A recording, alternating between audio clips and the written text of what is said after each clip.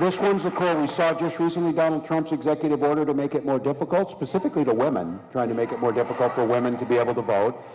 We see one of the first things they do is try and restrict the vote. This is one of the things, though, that this is going to take power to the streets. Look, I don't know what the answer is on this, but I've been saying this. I think we need a shadow government, so when all these things come up, shadow government, shadow government, shadow government, shadow government, shadow government. So when all these things come up.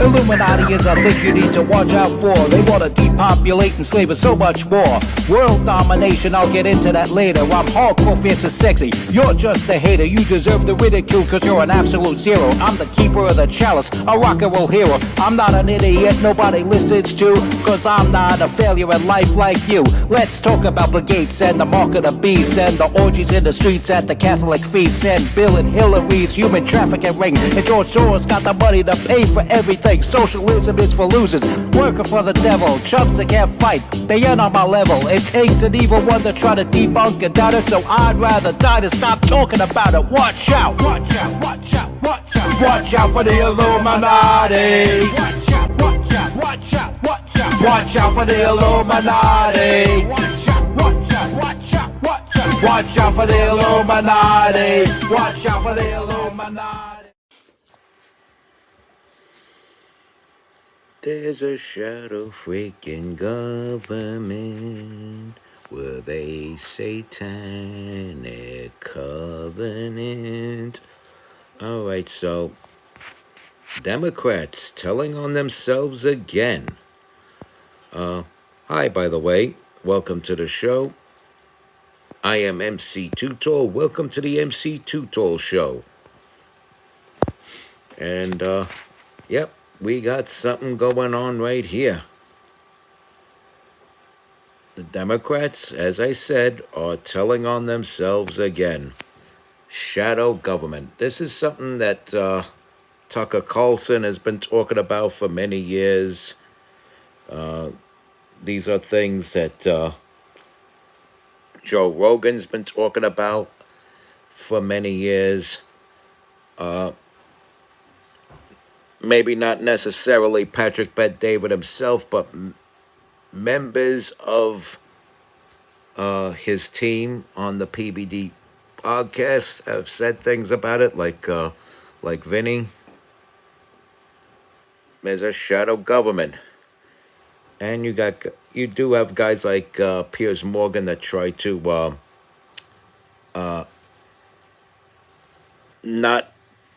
They try to avoid confirming it, but will turn around and say it appears to be so. And, well, you got people like Tim Walz, governor of Minnesota, now admitting it. This guy just tells on himself. He writes checks that he physically cannot cash. If you remember last time we spoke about Tim Walz, he was on what's his face, Gavin Newsom's podcast, talking about how he thinks he could kick their ass, referring to Republicans, referring to MAGA Republicans and Trump supporters. And by the way, he still has not responded to the challenge issued by Knox County, Tennessee Mayor Glenn Jacobs, also known the world over as Kane. But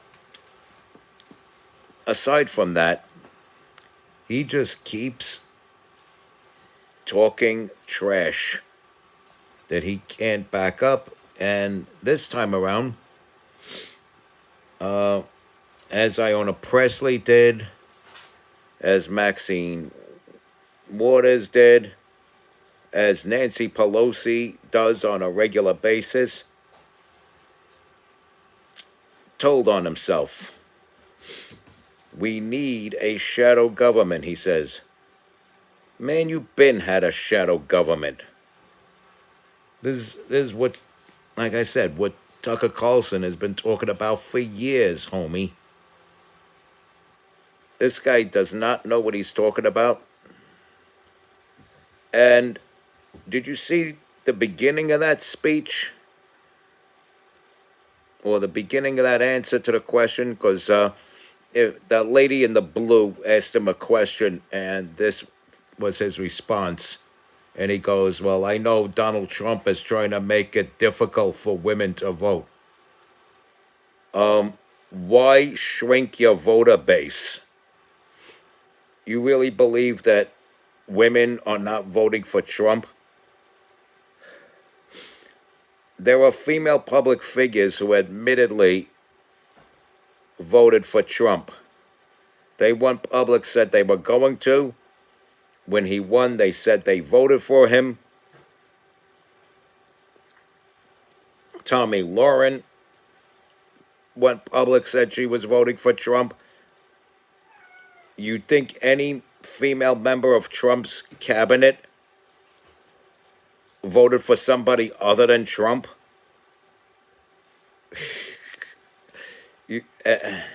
You think any female member of Donald Trump's cabinet voted for Kamala Harris? You think Tulsi Gabbard, who several years earlier undressed her and exposed her lies in a presidential debate, would turn around and vote for her? You think Kristi Noem voted for Kamala Harris? Why would Donald Trump make it difficult for Laura Ingraham, Tomi Lahren, Megyn Kelly, Kristi Noem, Tulsi Gabbard, Susie Weissman to vote for him? I mean, these are just several women that are guaranteed Trump votes. Why would he shrink his voter base by making it difficult for any demographic to vote for him? They want to, this is what I'm talking about with the Democrats. They will blatantly lie to keep you corralled so you can vote for them over and over and over again. And they knew they had the vote of certain demographics on lock for years. And so they did nothing in response to that vote. Usually, you do me a favor with your vote, I'm going to return the favor and keep a campaign promise that I made to get your vote. That's usually how it's supposed to work. But with the Democrats, that's never really how it works. And you could see that in every Democrat-run city, regardless of the breakdown of demographics in each city, they all have two things in common. There's a Democrat mayor, and it's a slum. So, regardless of the demographic makeup, if there's a Democrat mayor there, it's a slum. Minneapolis, Portland, Chicago, New York, LA, San Francisco, Detroit, it goes on and on. And people are waking up and they say, you know what? We're leaving knee deep in shit here. Let's stop voting for the people responsible for us living knee deep in shit, which are the Democrats. These cities are not only slummy looking, but they are crime infested. Hence why I always say this. Crime runs rampant because of the Democrats. Crime runs rampant because of Mayor Jacob in Minneapolis, because of Governor Tim Walz, because of Governor Gretchen Whitmer, because of Mayor Johnson in Chicago, because of weak ex-members of the police force like Eric Adams, because of hucksters like Kathy Hochul, who put on a clown show talking about how it's so great for them to rob you on top of the risk of getting robbed in the subways with their congestion pricing. And, I could go on and on. Gavin Newsom, Governor of California, uh, that amphibious creature that's the mayor of LA. That bitter slug that is the mayor of Washington, D.C. I could go on and on. But wherever there's both a Democrat governor and a Democrat mayor, you got a crime-ridden slum. Which, again, I'll say, crime runs rampant because of the Democrats, and there you go. There you go. And he's talking about a shadow government. A shadow government that could continue to lie to you and gaslight and try to tell you that you're not living knee-deep in a crime-ridden slum because of the Democrats. And as per usual, they'd be lying to you.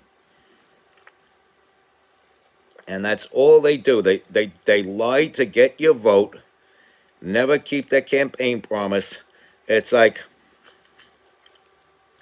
promises made, promises kept is the best way to keep your voters, keep your constituents voting for you.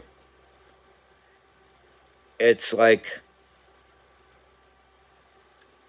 you come in to do a job, you put on your resume what you're capable of, and you tell the person interviewing you for the job what your contribution is going to be, and then you get hired. Will you or will you not show up for work and do your best to live up to the expectations that you've caused your employer to have in you from what you told them in the job interview? A politician's campaign is like one long job interview. You, the voter, are the employer. And they have 2 years, 4 years, 6 years, depending on what office they're running for, to do that job. And if they're not doing the job according to how they promised you they would do that job, you, the voter, as their boss, can fire them while simultaneously hiring someone else with your vote. That's as simple as it works. These people lost the grasp of that. They simply lost the grasp of that. They work for you. Tim Walz didn't do what the voters are asking for. The voters may claim that because they've been gaslit for so long and brainwashed that they actually believe that they're getting what they voted for, and they're not getting their basics. They're not getting their safety in the streets at night. We want safety in our streets at night. We want a federal government that doesn't add to already existing problems by adding a large number of people, draining resources at the very least, and at the very worst, setting people on fire in subway cars, or ganging up on a 12-year-old girl, defiling her and murdering her. We want a local government that won't tie the hands of the police force when somebody breaks what is clearly written down as law and is confronted by a police officer. We want district attorneys that won't catch and release known criminals, especially those repeat offenders.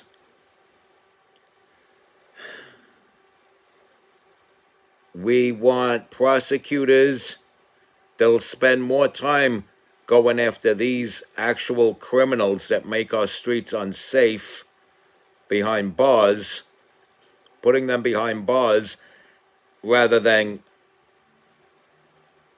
using themselves and their office as a political weapon against the political opponents of fellow party members.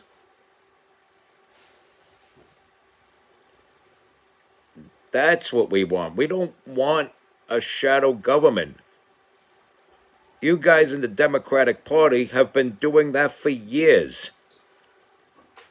And as a result of that, our streets are unsafe, our prices are high, and the morale kept sinking and sinking and sinking.